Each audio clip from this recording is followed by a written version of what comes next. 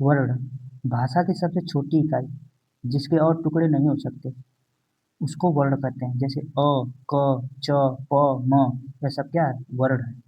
भाषा की सबसे छोटी इकाई वर्ड होती है। यह इम्पोर्टेंट है।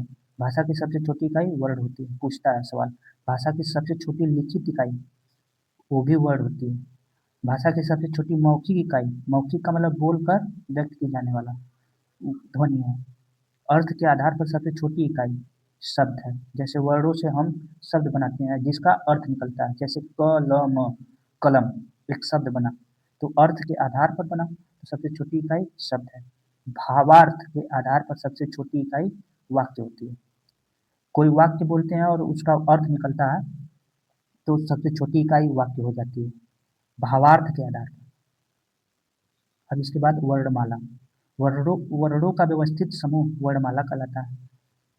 जैसे अ आ छोटी ई छोटा ऊ बड़ा ऊ क ख ग घ, ये सब एक व्यवस्थित रूप में अगर सजा दिया जाए, लिखा हुआ हो, उसी को कहते हैं वर्णमाला।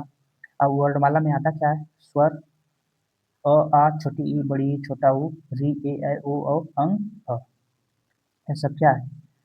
स्वर है। उसके बाद व्यंजन आता है क ख ग घ अंगा च छ ज झ ञ ट ठ ड ढ ट वर्ग प वर्ग, ऐसे व्यंजन आता है।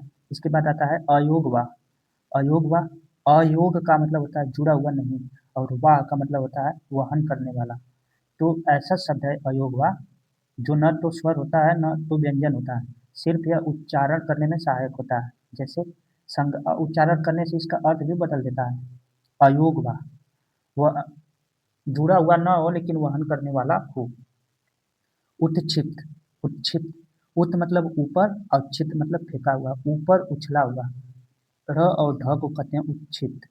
और इसके अंतर्गत आता है संयुक्त व्यंजन छ त्र ज्ञ स, और कामता प्रसाद गुरु ने इसको माना है तीन, संयुक्त व्यंजन को तीन ही माने हैं, श्र त्र ज्ञ।